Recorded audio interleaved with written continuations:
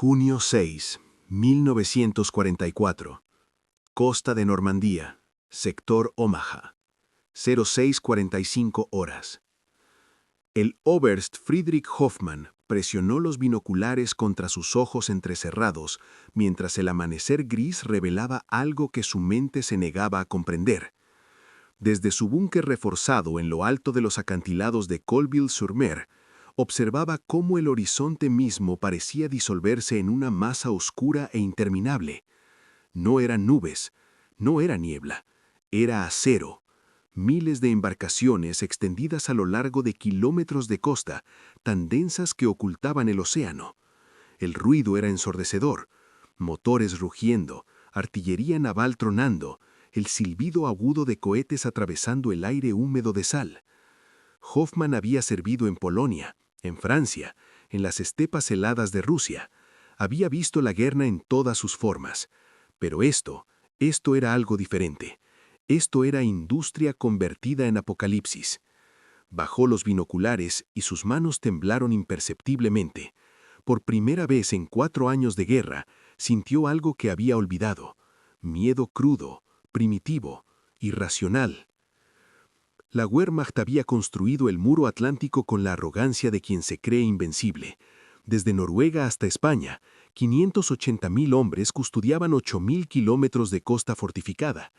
El mariscal Rommel había supervisado personalmente la instalación de millones de minas, erizos checos de acero, alambradas enrolladas y búnkeres de hormigón que parecían inmortales. La propaganda alemana lo llamaba Festung Europa, la fortaleza Europa, impenetrable, eterna, diseñada para resistir cualquier intento de invasión durante décadas. Los oficiales alemanes que servían en Normandía durante la primavera de 1944 habían comenzado a creer que su destino era una guerra larga pero manejable, una defensa pasiva contra intentos británicos esporádicos, quizás un pequeño desembarco canadiense que sería repelido en horas. Nadie, ni siquiera los más pesimistas entre ellos, había imaginado que los estadounidenses, esos soldados que consideraban blandos, sin experiencia, más acostumbrados al jazz y a las hamburguesas que al combate real, liderarían la ruptura del sistema defensivo más formidable jamás construido.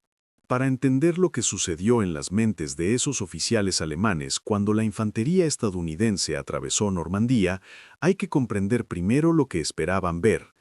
Los informes de inteligencia alemanes pintaban un retrato despectivo del soldado americano, bien alimentado pero indisciplinado, dependiente de la tecnología pero cobarde en combate cuerpo a cuerpo, motivado por el dinero y no por la ideología.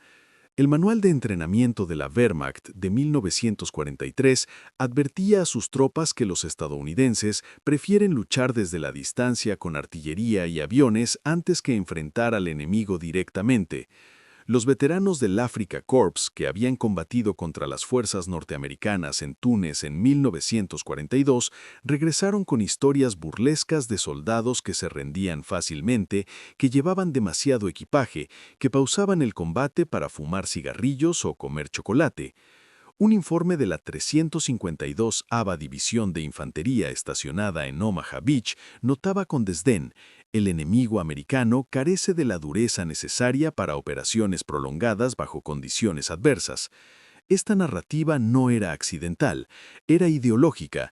El nacionalsocialismo alemán había construido su identidad sobre la superioridad racial, la disciplina prusiana, el culto al sacrificio.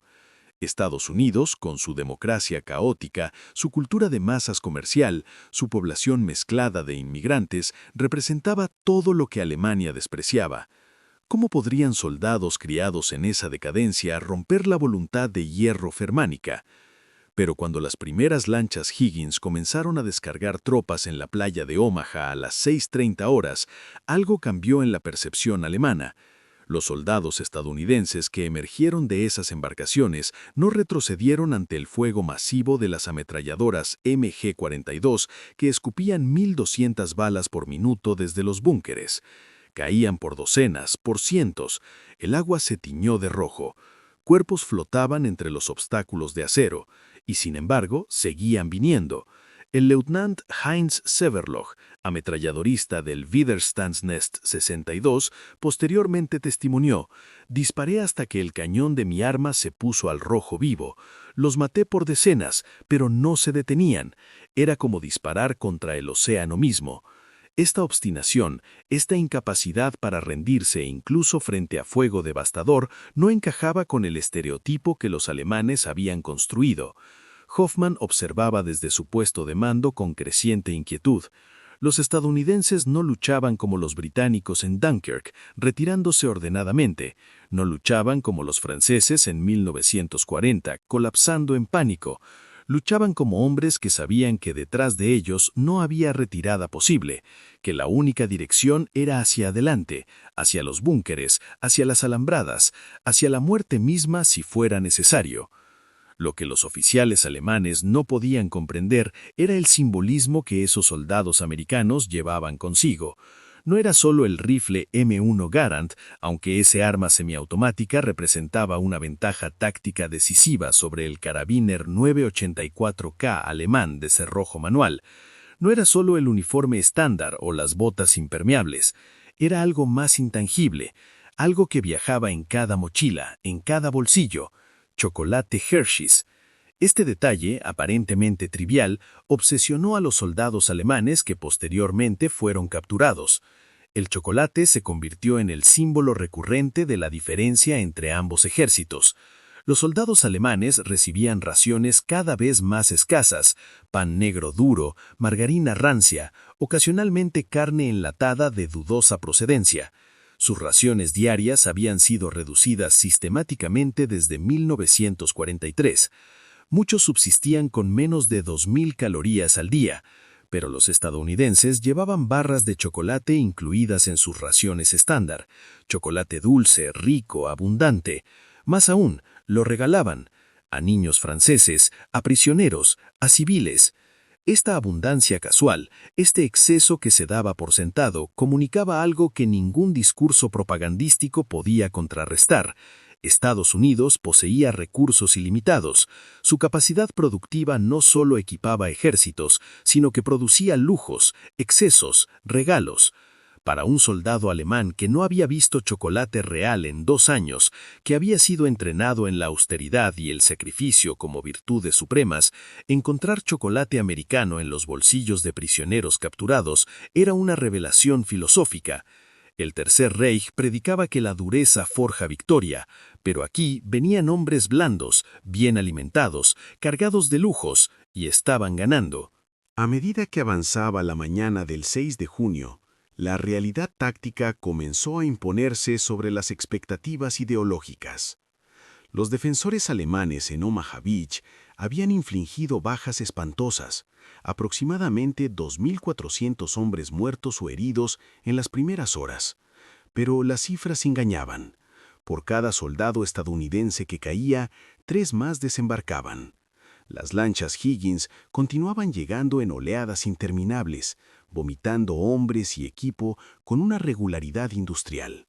El Oberst Hoffmann recibió el primer informe de reconocimiento a las 09:00 horas y su contenido lo dejó atónito. Los estadounidenses estaban estableciendo depósitos de suministros directamente en la playa, bajo fuego enemigo. No esperaban asegurar el área primero. Simplemente descargaban toneladas de municiones, combustible, alimentos, equipamiento médico, como si las balas alemanas fueran una mera inconveniencia. El oficial de suministros que entregó el informe añadió un detalle que resonó ominosamente. «Señor, sus ingenieros están construyendo caminos. Ahora, mientras los disparamos». Esta actitud desafiaba toda lógica militar convencional. Un ejército normal asegura una cabeza de playa, consolida posiciones, organiza líneas de suministro. Los estadounidenses simplemente asumían que ganarían y actuaban en consecuencia, construyendo infraestructura para una invasión que técnicamente todavía no había tenido éxito. La ruptura real comenzó alrededor del mediodía, Pequeños grupos de infantería estadounidense, liderados por sargentos y tenientes cuyos nombres nunca aparecerían en los libros de historia, encontraron senderos entre las minas, flanquearon posiciones fortificadas, utilizaron granadas y explosivos para silenciar búnkeres uno por uno. No fue heroísmo cinematográfico, fue trabajo brutal, sangriento, íntimo. El General Norman Cota, comandante asistente de la 29ª División de Infantería, posteriormente famoso por gritar «Rangers, adelante, no van a vivir para siempre», personificó la agresividad americana que los alemanes no habían anticipado. Pero lo que realmente cambió el curso del combate no fue el coraje individual, sino la coordinación sistémica. Los destructores navales estadounidenses se acercaron peligrosamente a la costa, algunos hasta 900 metros de la playa, para proporcionar fuego de apoyo directo con sus cañones de 5 pulgadas. Esta proximidad era tácticamente insana. Arriesgaban encallar o ser alcanzados por la artillería costera alemana, pero lo hicieron de todos modos. El USS McCook disparó cientos de proyectiles contra posiciones alemanas señaladas por equipos de control de fuego en tierra. Esta integración perfecta entre fuerzas terrestres y navales, esta capacidad para coordinar múltiples elementos de combate en tiempo real, bajo fuego intenso, reveló algo sobre el ejército estadounidense que los alemanes no habían comprendido. No era una colección de individuos, sino un sistema industrial aplicado a la guerra. El Oberst Hoffmann solicitó refuerzos a las 13 horas. La respuesta fue devastadora. No había refuerzos disponibles. La 352ª División de Infantería, responsable de defender Omaha, había sido fragmentada por días de bombardeos previos. Sus comunicaciones estaban cortadas, sus líneas de suministro interrumpidas, y lo más crítico, la Luftwaffe, que debía proporcionar superioridad aérea, simplemente no existía. El cielo sobre Normandía pertenecía completamente a los aliados. Miles de aviones estadounidenses y británicos controlaban cada kilómetro cúbico de espacio aéreo. Cualquier movimiento alemán durante el día era inmediatamente atacado. Los convoyes de refuerzo que intentaron llegar a la costa fueron destrozados por cazabombarderos P-47 Thunderbolt. Los tanques que intentaron avanzar fueron identificados por aviones de reconocimiento y obliterados por artillería naval antes de llegar al frente. Esta dominación absoluta del espacio aéreo y marítimo creaba una asimetría fundamental que ninguna valentía alemana podía superar. Los estadounidenses podían cometer errores y ser perdonados por su superioridad material. Los alemanes no podían cometer ninguno. A las 16 horas del 6 de junio, unidades estadounidenses habían penetrado más de 1 kilómetro tierra adentro en algunos sectores. La línea defensiva principal estaba comprometida. Hoffmann recibió la orden de mantener posiciones a cualquier costo. Era una orden imposible. Sus hombres estaban agotados, sus municiones se agotaban, sus búnkeres estaban siendo sistemáticamente neutralizados. Y los estadounidenses seguían llegando. Más tropas, más tanques, más suministros. Como si poseyeran un arsenal infinito. Como si América entera hubiera sido convertida en una fábrica gigante cuyo único propósito era producir guerra. Y en cierto sentido, así era. Entre 1941 y 1945, Estados Unidos produjo 297.000 aviones, 86.000 tanques, 253.000 piezas de artillería y 21 millones de navíos. La producción industrial estadounidense superaba la de Alemania, Japón e Italia combinadas. Este hecho económico tenía consecuencias filosóficas. Significaba que Estados Unidos podía pelear una guerra de desgaste y ganar simplemente porque poseía más de todo. Más acero, más petróleo, más hombres, más chocolate. Pero reducir la victoria estadounidense en Normandía a mera superioridad material sería un error que los oficiales alemanes cometieron repetidamente. Lo que realmente quebró la determinación alemana no fue la cantidad de tanques Sherman, que técnicamente eran inferiores al Panzer IV o al Tiger, sino la forma en que esos tanques eran empleados. Los estadounidenses no buscaban combates de tanques individuales, inundaban un sector con tanques, infantería, artillería y apoyo aéreo simultáneamente. Creaban una masa de fuego tan abrumadora que la resistencia se volvía suicida.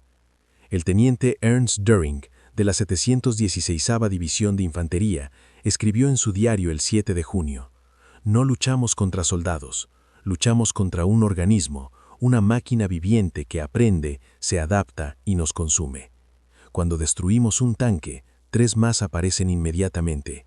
No hay pánico, no hay desorden, solo eficiencia fría».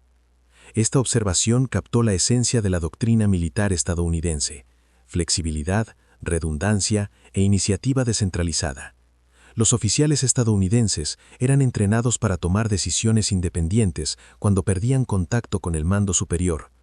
Los alemanes, con su tradición de obediencia estricta y jerarquía rígida, frecuentemente se paralizaban cuando sus oficiales superiores eran eliminados. En los días siguientes al desembarco inicial, el contraste entre expectativa y realidad se volvió aún más pronunciado. Los oficiales alemanes esperaban que los estadounidenses consolidaran sus ganancias cautelosamente, establecieran líneas defensivas sólidas, esperaran refuerzos masivos antes de aventurarse más. Era lo que cualquier ejército sensato haría después de sufrir miles de bajas. Pero los estadounidenses presionaron inmediatamente hacia el interior. No esperaron. Atacaron Carrington, un nudo de comunicaciones crítico, con una agresividad que rayaba en la imprudencia.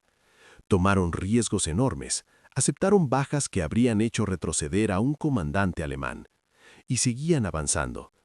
El general Omar Bradley, comandante del primer ejército estadounidense, ordenó ofensivas continuas incluso cuando sus unidades estaban al límite de su capacidad.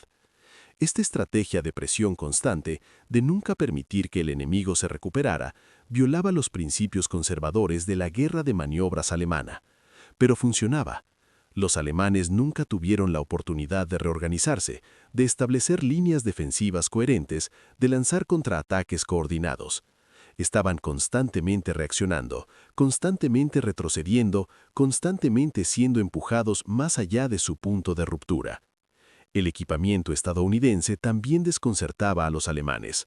No era necesariamente superior técnicamente. El rifle Garand era excelente, pero el tanque Sherman era mediocre en combate directo contra armadura alemana, sino que era estandarizado y abundante. Cada soldado estadounidense llevaba equipo idéntico. Cada unidad funcionaba con las mismas armas, las mismas municiones, los mismos procedimientos. Esto creaba una intercambiabilidad que aceleraba la logística y el reemplazo. Un soldado herido podía ser reemplazado por otro que usaba exactamente el mismo rifle, llevaba exactamente las mismas granadas, sabía exactamente los mismos procedimientos.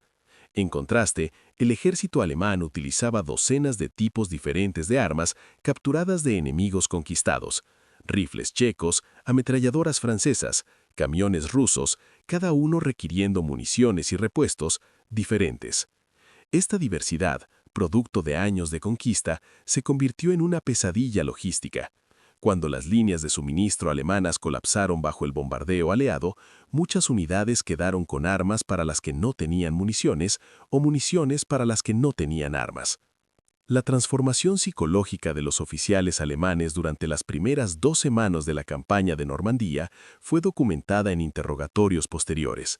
El patrón era consistente: incredulidad inicial, resistencia determinada, agotamiento gradual y finalmente una aceptación amarga de que habían sido engañados sobre la naturaleza del enemigo.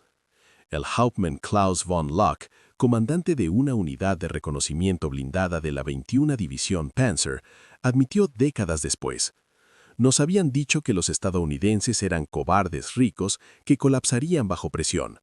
La primera vez que combatí contra ellos, esperaba que huyeran.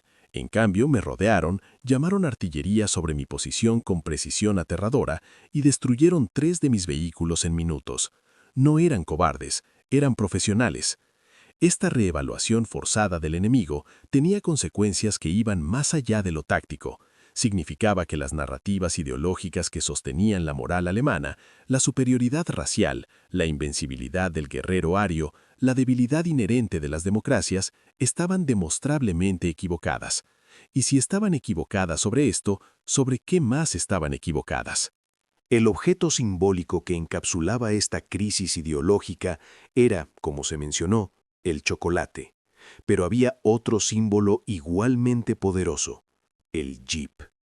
Los estadounidenses poseían decenas de miles de estos vehículos ligeros, versátiles, capaces de transportar hombres y suministros a través de terreno difícil. Los alemanes confiaban principalmente en caballos. Más de 2 millones fueron utilizados por la Wehrmacht durante la guerra. Ver columnas motorizadas estadounidenses avanzando con rapidez mientras las unidades alemanas dependían de carretas tiradas por animales exhaustos comunicaba una verdad incómoda. Alemania estaba luchando una guerra del siglo XX con logística del siglo XIX. El Jeep no era solo transporte, era libertad de movimiento, era velocidad de reacción, era la capacidad de concentrar fuerza en cualquier punto rápidamente. Representaba exactamente lo que la democracia industrial estadounidense podía producir en masa: herramientas prácticas, funcionales, no necesariamente elegantes, pero infinitamente útiles. Cada jeep capturado se convertía en un tesoro para las unidades alemanas, un recordatorio tangible de la brecha tecnológica e industrial que los separaba de su enemigo. La ruptura decisiva de las defensas alemanas en Normandía no ocurrió en un momento dramático único, sino a través de miles de pequeños fracasos acumulativos. Cada búnker silenciado, cada camino cortado, cada unidad aislada erosionaba la capacidad alemana de resistir. Para el 12 de junio, los estadounidenses habían vinculado todas las cabezas de playa en un frente continuo de casi 100 kilómetros de ancho y hasta 24 kilómetros de profundidad. Más de 326.000 hombres, 50.000 vehículos y 100.000 toneladas de suministros habían sido desembarcados. Esta acumulación de fuerza era imparable. El general Erwin Rommel, visitando el frente normando el 14 de junio, envió un informe sombrío al alto mando. El enemigo posee control total del aire y del mar. Nuestras pérdidas son extremadamente altas. La situación es grave. Era una admisión notable viniendo de un comandante conocido por su optimismo agresivo.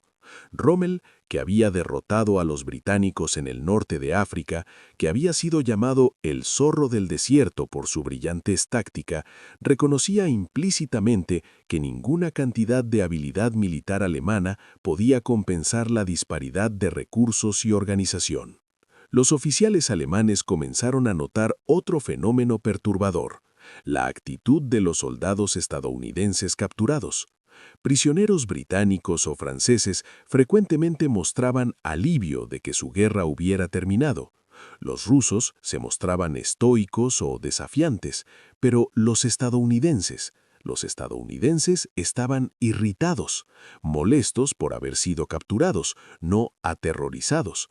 Trataban la captura como un inconveniente temporal, no como una derrota definitiva. Algunos interrogadores alemanes reportaron que los prisioneros estadounidenses preguntaban cuándo serían liberados, como si la victoria aliada fuera tan inevitable que su cautiverio solo podía ser una interrupción breve. Esta confianza casual, esta certeza inamovible, minaba la moral de los guardias alemanes más efectivamente que cualquier propaganda. Aquí estaban hombres que habían sido derrotados en combate, capturados, desarmados, y aún así actuaban como si fueran los vencedores. Era desconcertante, era exasperante, y secretamente muchos alemanes comenzaron a sospechar que quizás esos prisioneros tenían razón. La batalla por Normandía continuó 2 meses más después del desembarco inicial. Los alemanes lucharon ferozmente por cada campo, cada pueblo, cada kilómetro. Pero la tendencia era irreversible. Los estadounidenses aprendían de sus errores. Cuando sus tanques resultaron vulnerables en el bocage normando, los densos setos que dividían los campos, improvisaron dientes de acero cortasetos en los frentes de los tanques para atravesarlos. Cuando sus comunicaciones resultaron inadecuadas, ajustaron procedimientos. Cuando las tácticas fallaban, las cambiaban. Esta adaptabilidad institucional, esta capacidad de innovar bajo fuego, contrastaba marcadamente con la rigidez alemana.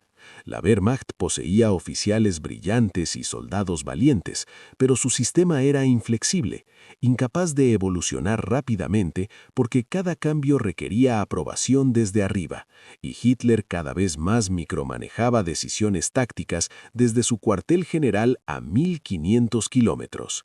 A finales de julio, la Operación Cobra, la ofensiva de ruptura estadounidense, destrozó finalmente las líneas defensivas alemanas. Más de 4.000 aviones aliados bombardearon un frente estrecho de apenas 6 kilómetros, pulverizando las posiciones alemanas. Luego, las divisiones blindadas estadounidenses atravesaron la brecha, no para consolidar, sino para explotar, empujando hacia Bretaña y luego girando hacia el este en una maniobra envolvente que amenazaba con atrapar a todo el séptimo ejército alemán. En la bolsa de Falaise, en agosto, aproximadamente 50.000 soldados alemanes fueron capturados y entre 10.000 y 15.000 murieron en una masacre industrial de artillería y bombardeo aéreo. Los oficiales alemanes que sobrevivieron a Falaise ya no hablaban de victoria, hablaban de supervivencia. El Oberst Hoffmann, si sobrevivió, los registros son incompletos, probablemente fue capturado en esas últimas semanas caóticas cuando el Tercer Reich colapsaba en Francia. Las entrevistas de posguerra con oficiales alemanes capturados revelan un tema recurrente. No fueron derrotados por soldados superiores, sino por un sistema superior, por una sociedad que podía movilizar sus recursos completamente, sin coerción, que podía innovar libremente sin censura ideológica, que podía equipar a sus tropas con abundancia porque su economía producía excedentes, no escaseces. Pero había una dimensión más profunda en su derrota que muchos oficiales alemanes tardaron años en articular. No se trataba solo de tanques y aviones y chocolate, se trataba de propósito. Los soldados estadounidenses luchaban por una causa que podían explicar: liberar Europa del fascismo, defender la democracia, proteger la libertad. Era un ideal imperfecto. Estados Unidos tenía sus propias contradicciones raciales y sociales, pero era un ideal positivo, algo por lo cual luchar, no solo contra lo cual luchar. Los soldados alemanes, en contraste, luchaban cada vez más por nada excepto supervivencia. Las grandes promesas del Reich de 1000 años se habían revelado vacías. Las ciudades alemanas estaban siendo reducidas a escombros por bombardeos aliados. El frente oriental colapsaba bajo ofensivas soviéticas masivas. Normandía fue simplemente el momento en que se hizo visible lo que ya era cierto. Alemania había perdido no cuando perdió batallas, sino cuando eligió una ideología que requería conquista perpetua para justificarse. No se puede construir una civilización sobre la dominación. Eventualmente, los dominados se rebelan, y aquellos con recursos superiores, organización superior y causa superior prevalecen. Los oficiales alemanes que fueron interrogados en los años posteriores a la guerra a menudo luchaban para explicar su ceguera ante la realidad estadounidense. Habían sido educados en una tradición militar que valoraba la disciplina sobre la iniciativa, la jerarquía sobre la flexibilidad, la ideología sobre la pragmática. Ver el sistema estadounidense funcionando, caótico en apariencia, con soldados que cuestionaban órdenes, oficiales que escuchaban sugerencias de rangos inferiores, unidades que improvisaban soluciones, era como observar una orquesta donde cada músico tocaba un instrumento diferente a un ritmo diferente y, sin embargo, de alguna manera, producía armonía. No encajaba con su comprensión de cómo debían funcionar los ejércitos, y sin embargo, funcionaba mejor que su propio sistema meticulosamente organizado. Esta paradoja cognitiva fue en muchos sentidos más difícil de aceptar que la derrota militar misma. Uno de los testimonios más reveladores provino del general Günther Blumentritt, jefe de Estado Mayor del comandante en jefe oeste, quien después de la guerra reflexionó: subestimamos fundamentalmente la capacidad estadounidense. Pensamos que su riqueza los había hecho débiles. No comprendimos que su riqueza era su fortaleza. Podían permitirse cometer errores porque tenían recursos para recuperarse.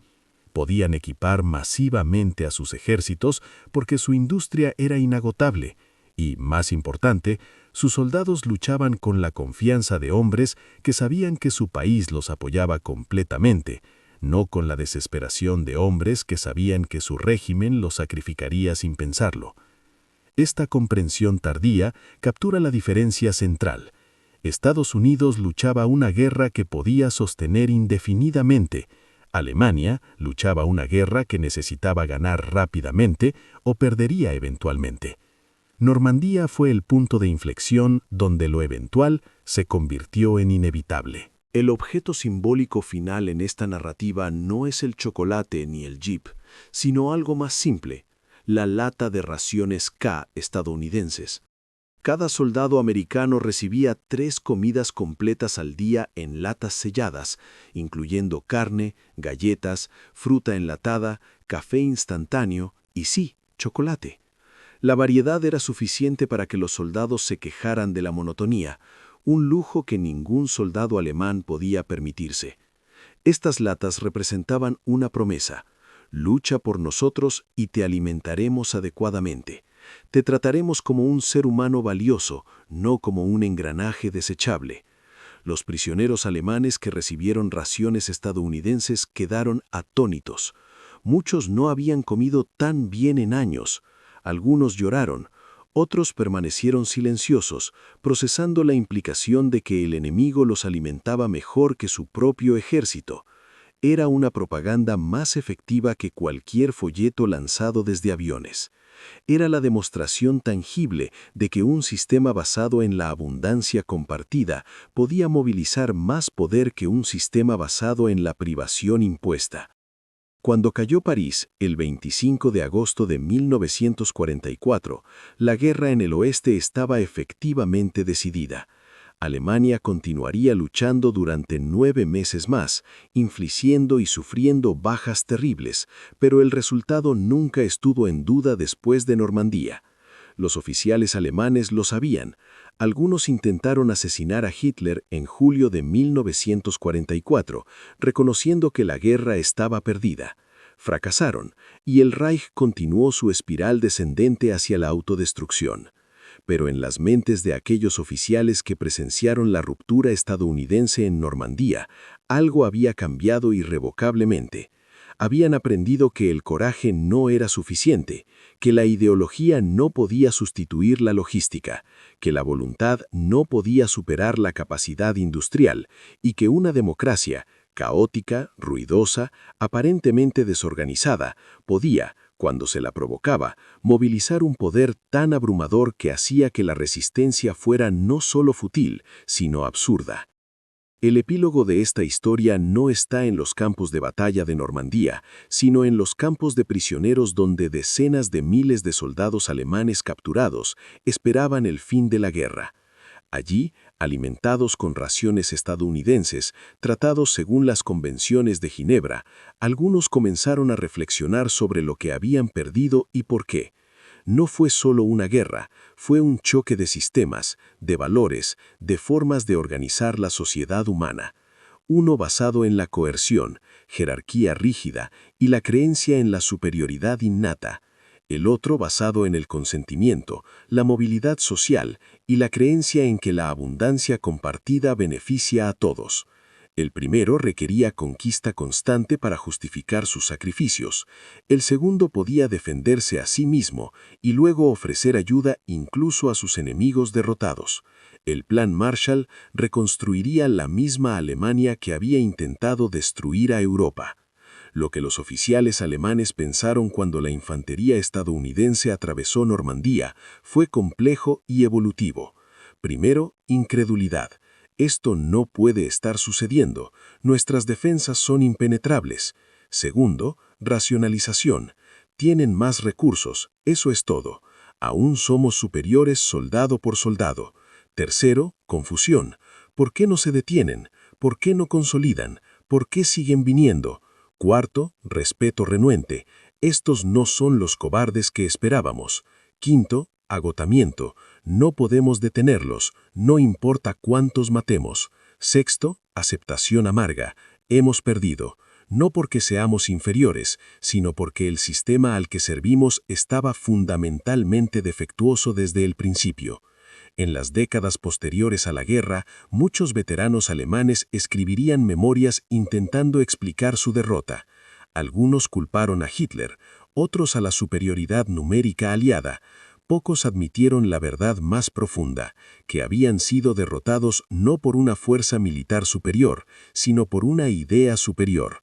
La idea de que los gobiernos existen para servir a los pueblos, no al revés, que la diversidad es fortaleza, no debilidad, y que la libertad, con toda su ineficiencia aparente, con toda su confusión superficial, moviliza energía humana más efectivamente que cualquier dictadura, por muy eficiente que parezca.